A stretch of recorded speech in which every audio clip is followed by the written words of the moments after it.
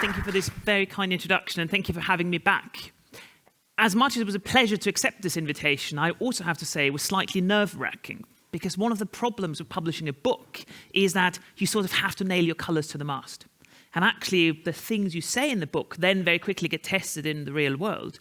And so with the various predictions I made in Publishing Humans as a Service 2018, I think there's a little bit of nervousness always when I keep looking at developments in the gig economy to see whether I got it right or whether the whole thing is already completely out of print. What I want to do with you in the keynote this morning is really two discussion items. First, give you a bit of an idea about some of those themes in Humans as a Service and try to reflect on how we still see them play out. And then the second thing, as my title promises, I'm trying to think what lessons we might draw from what we've seen in the gig economy for broader debates about the future, indeed the futures of work. This question, to what extent the gig economy might be a laboratory for other things we see going on. But let's start with this understanding of the gig economy. I think one thing that's really good and that I really enjoyed about Reshaping Work is actually people from very different sides of the debate come together. Because one thing that makes understanding the gig economy historically quite difficult is that you've got these starkly competing narratives out there. It's really difficult to make sense of a phenomenon when we're told completely opposing stories. Let me give you an idea of what I think some of those narratives are and what we should make of them. Let's start with a good story. Everybody likes a good story to start their morning. Well, on the one hand, we're often told that the gig economy is the harbinger of a new future of work. A new future of work that's characterized by entrepreneurship, that's characterized by innovation. Right? So first, this is this idea that the platforms actually create the opportunity for individual workers around the globe, across jurisdictions, to essentially go out and find new work. Key thing, every single survey continues to show workers love about the gig economy is flexibility. The power to choose when you work, what kind of jobs you do, what kind of money you want to earn. I have yet to see a survey anywhere where an employee says, actually, I'm not sure about this flexibility sort of business. And it's not just that. It's the opportunity to earn additional income. Again, labour markets are changing slightly. We're seeing a tightening in the labour market, but still in terms of income, the opportunity to earn that extra cash, hugely important.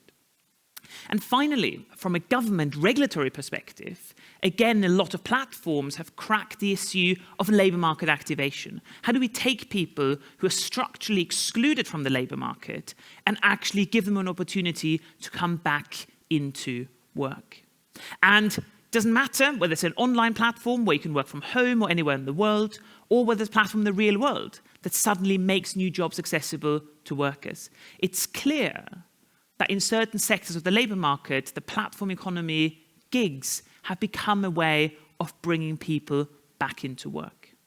So that's the entrepreneurship narrative, and there's definitely some proof and some evidence for it. And the good news don't stop there. The next thing the gig economy offers us is a completely new way of organising labour markets, of using sophisticated technology to solve some of the oldest, most longest established economic problems in the labour market. When it comes to matching workers, for example, work of people like Pessimistic at the LSE in the UK has shown for a long time that one of the key issues in labour markets is this bringing together of supply and demand. Well, with everything from GPS locators through to clever matching algorithms, we can now overcome these problems that traditionally governments have for a long time struggled to deal with.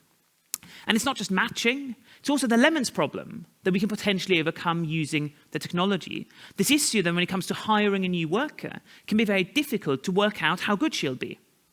Now, you've got sophisticated rating mechanisms that both look at the actual performance of the work, include consumer feedback, and once more, we can overcome a lot of the traditional economic problems in the labour market. The upshot of all of this, potentially, is good for all parties involved. It's great for consumers who are being offered better services at potentially lower prices because there's more talent in the labour market. And it's great for those workers who get access to jobs and no longer, for example, suffer from misinformation, from the asymmetry, the so-called lemons problem. So that's the first story that I very much look at in Humans as a Service. And I think, again, I continue very much to see evidence for that. I continue very much to see that actually both in terms of the entrepreneurship narrative and in terms of the innovation narrative, clearly some of this is happening. But, as already said in the introduction to my talk, that's not the only narrative that's out there. There's a second narrative out there about the gig economy that's much darker, where people say, well, actually, it's not quite as rosy, the uplands of innovation and entrepreneurship. It's more a sort of return to ancient labor market models of quite grubby exploitation. Now, in those narratives, instead of entrepreneurship, what we see is very tightly controlled insecurity, where there's criticism along the lines of, well, actually, flexibility very often can be one-sided. This idea that actually, is it genuine flexibility if I switch on my app and there isn't necessarily any work available for me? Where the idea of entrepreneurship is challenged by people saying, well, actually, isn't the reality that on certain platforms, at least, there's very, very tight control over how the work has to be done, what the specific standards are, and the algorithmic boss, as it were, I'll talk more about that later, the algorithmic boss ever watchful, looking over our shoulder. And not just that, one thing that's really interesting is to also question the extent to which the business models themselves are genuinely innovative. And that's the narrative out there that says, well, actually, sure, the technology is new and interesting and brilliant here, but perhaps the underlying intermediary business model is one that we've seen in labor markets in the 17th century, in the 16th century. And in that sense, actually, maybe the technology isn't necessarily reshaping the business model. And again, just as with the positive narrative, I think some elements of truth are in there, and there's also some things we need to question about these narratives. But in terms of what's actually been happening, we again see elements of it played out in reality. The Court of Justice of the European Union, for example, about a year and a half ago, when challenged with this question, are we looking at new business models, was very clear in the context of certain platforms that actually it wasn't necessarily an innovative new business model, but simply the clever use of technology, and that legally, at least, that wasn't the same thing. In any event, the one thing I'm really relieved about is that my claim in the book, that you shouldn't fall for either of those extremes, and that in reality, the truth lies very much in between those two narratives, continues very much to play out. Yes, there's some great potential, some really exciting stuff going on, but also at the same time, we need to make sure that the reality of work in the gig economy doesn't get too close to some of these more problematic aspects. And that leads me to the question we really want to talk about this morning. When we think about the future of work, what can we actually learn from the gig economy? What have the last couple of years of regulatory debate, of litigation, of engagement between worker representatives and platforms, of cool innovations from the platforms themselves, what can that teach us about the futures of work? You'll notice on the slides that that's not a typo. I think one thing that increasingly going out and speaking at Future of Work conferences, I'm starting to get quite irate about, is this idea there's any such thing as the future of work, right? I want to be very clear that I don't think there's any such thing as the future of work. The big danger, I think, of the narrative of a single future of work is that we fall into some sort of trap of predeterminism, some sort of trap of thinking, actually, there's some inexorable logic in the technology that will always follow, and there's one path. That's simply not true. One of the key things to take away, I think, from my talk this morning is this idea that actually when it comes to the future of work, we have a serious amount of agency. All of us in this room will to some extent be involved in the choices that will shape different futures of work. So what I'm about to say may play out in lots of different directions, but I certainly don't think there's only one preordained, predetermined path that is the future of work. Let's look at the first trend, I think that's really important. The first thing, I think, is that originally in the gig economy, a lot of the debate essentially centered about legal status, right? This sort of ongoing debate, are employees workers, are platform workers employees, or are they independent contractors? With obviously, depending on jurisdictions, quite significant financial and regulatory implications to that answer. Well, from a policy perspective at least, and I emphasize the word policy perspective here. I know litigation keeps rumbling on in lots of different jurisdictions. But from a policy perspective, I think it's really important that in thinking about the future of work, we have to move beyond just that debate of employment status. Yes, there's lots of this sort of stuff out there, various self-employment, independent contractor classification attempts, litigation against it, and actually courts deciding the issue both ways. For certain platforms, courts deciding, yes, absolutely, these are employees. For other platforms, the courts deciding, well, actually, don't think this looks like employment. This is much closer to genuine entrepreneurship. But in terms of the policy debates, I think a lot of these questions aren't specific to the gig economy. And in a sense, they aren't novel or new or even particularly challenging in principle issues we should grapple with. On the other hand, I think the really interesting policy debate that we saw cropping up in the gig economy, and that'll become much more relevant for the future of work in general, is the substantive norms, the actual needs of the workforce, and different ways in which we can deliver them. Whether that's economic stability and economic security, whether it's longer-term protection, things like healthcare, things like insurance, things like pensions, if you want to go very long-term, or whether it's things like the involvement of social partners or various forms of social partnership. One thing I think that's really interesting in the gig economy is that it's become a veritable laboratory for exploring different ways of providing these things. Yes, employment law is one traditional answer that can provide a lot of these things. And I think in a lot of scenarios, actually, we shouldn't knock it. I think employment law still has a lot to teach us and to offer in those terms. But also, what we've seen is lots of different kinds of innovation, lots of attempts to think about alternative ways of providing these kinds of benefits to workers / independent contractors. Innovative ways in terms of private sector solutions, in terms of platforms working directly with insurance companies, with education providers, maybe even with pension providers.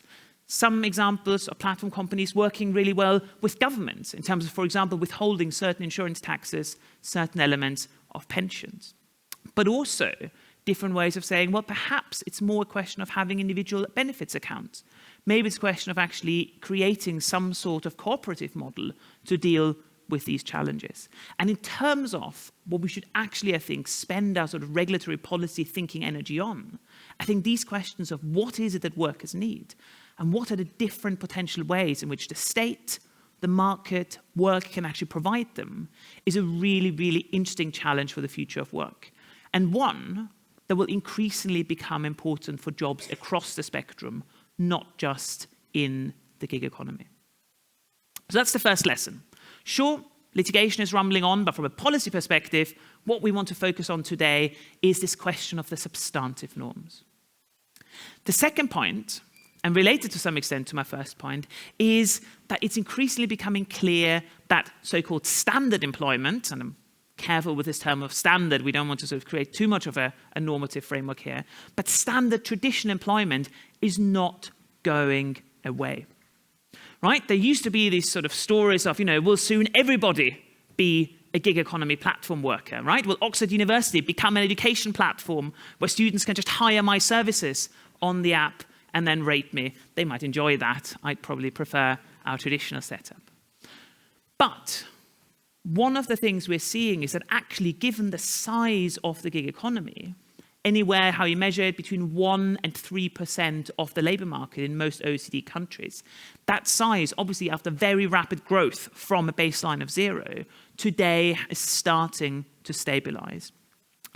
Yes, there is a growing platformization of work, and gig economy models are coming into lots of different industries. I'm particularly pleased to see that later on today, we've actually got a session to talk about healthcare, for example. That's one sector where we see a lot of growth in the platform economy. But in terms of the overall size of the labor market, I think it's really important that remember that it's still a tiny overall proportion. Now, because it can teach us so much about potential futures of work, that still means it's a really interesting area of work. I'd say that, of course, and if you turned up here today, you probably agree with me in principle. But I do think that in working on the gig economy, we should remember that actually a lot of the challenges, a lot of the underlying questions of labor market use, of regulation, of the way technology has an impact on our working lives, the gig economy is not actually a distinct phenomenon. The gig economy is not actually necessarily, in terms of its labor market implications, completely different or walled off from the rest of developments we see in the world of work. And that's good news, because that means that all of you who are interested in the gig economy, who are working in the gig economy, have a head start when it comes to policy discussions about a lot of these issues we see ahead. So, lesson 2 for the future of work, there's a lot of interesting stuff going on in the gig economy, but it's not going to come to the entire workplace. We're not going to get rid of traditional work completely. And a lot of the lessons we learn can nonetheless be extrapolated. And this is my third lesson, perhaps the most exciting thing we see in the gig economy, were truly developments that started in platform work and now very much already spreading throughout the labor market, is what I call the rise of algorithmic management. Different labels out there still. It's a little bit like the gig economy was 5 years ago. Some people talk of people analytics, other people talk of big data HR, other people talk of AI management. But really, one of the most interesting trends about the gig economy is what the platform started to do in terms of relying on technology to take over elements of traditional management functions that today we see increasingly in workplaces across the socioeconomic spectrum. And that's truly fascinating. In a sense, that's my new area of research I'm now writing a book on, because I think that is something from the gig economy that will come to every job, or indeed is already there in lots of different jobs. So you'll know some of these examples I've got up there in terms of how the gig economy pioneered the digitalization of different forms of management, whether it's things like work diaries on various online work platforms, or whether it's actually using sort of various sensors in phones, in devices workers use to essentially assist workers, pass on management directions, and generally overall replace the sort of thing that a traditional manager would have done. In one sense, if you want to flip and take on it, you know how everybody's worried about AI coming for workers' jobs? Well, that's not happening, right? What is happening is that AI is very quickly coming for managers' jobs. And every single thing that a traditional manager would have done in her job in the old days, today already there is software that will be able to augment or indeed replace her job. So for example, when it comes to hiring people, everything from screening CVs through to using clever analytics software to look at videos that people have to upload of themselves, all the way through to then actually making the hiring decision. There are software packages out there that will be able to automate the entire process. You can even use it once people are employed to predict behavior. Looking, for example, at people's social media profiles, looking at their internal metadata behavior, the software is already very good at predicting particular employee behaviors. For example, lots of financial services institutions using this to detect potential insider trading or other kind of fraudulent market manipulating activity. So it's in terms of creating the employment relationship and then managing people that actually you can already use software to automate a lot of these traditional functions. And it's not just hiring people, it's across the entire life cycle. What you see up there is a little badge developed by a company called Humanize, a spin-off from the MIT Media Lab in the US. And essentially what the Humanize badge does is you wear it in shape of your usual badge to swipe in and out of the office. And it measures things about you. Measures things like your heart rate, frequency of your voice. It can work out where you are in the office, who you interact with. It doesn't work on the toilet, allegedly. But everything else is recorded and then combined with digital information from your keystrokes, your metadata, your screen grabbing, and then put together into a dashboard for management. We then get given a score for everything from productivity and innovation through to collaboration and communication with your teammates, right? And this is not some sort of futuristic vision I'm telling you here.